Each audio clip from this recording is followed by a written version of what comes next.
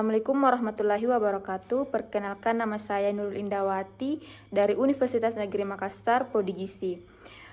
Video ini saya buat untuk memenuhi tugas mata kuliah farmakologi gizi, yaitu edukasi rute pemberian obat.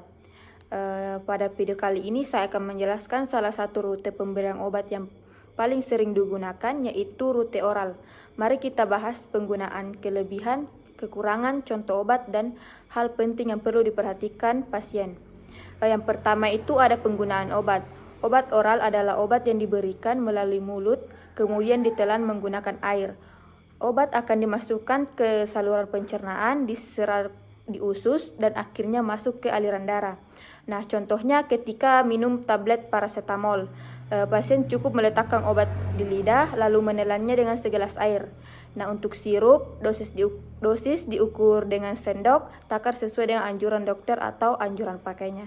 Yang kedua itu ada kekurangan dan kelebihannya. Yang pertama itu kelebihannya yaitu praktis dan mudah digunakan sehingga cocok untuk penggunaan di rumah.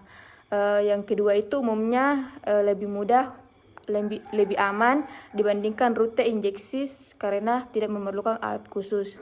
Kekurangannya itu yang pertama ada onset atau waktu kerja obat relatif lebih lambat karena melalui saluran cerna. Dan yang kedua tidak cocok untuk pasien yang muntah, tidak sadar atau mengalami gangguan pencernaan. Yang ketiga ada pun beberapa contoh obat. Yang pertama itu paracetamol untuk menurunkan demam dan nyeri. Yang kedua metformin untuk diabetes, dan yang ketiga amoxicillin sebagai antibiotik. Yang keempat, hal penting untuk pasien.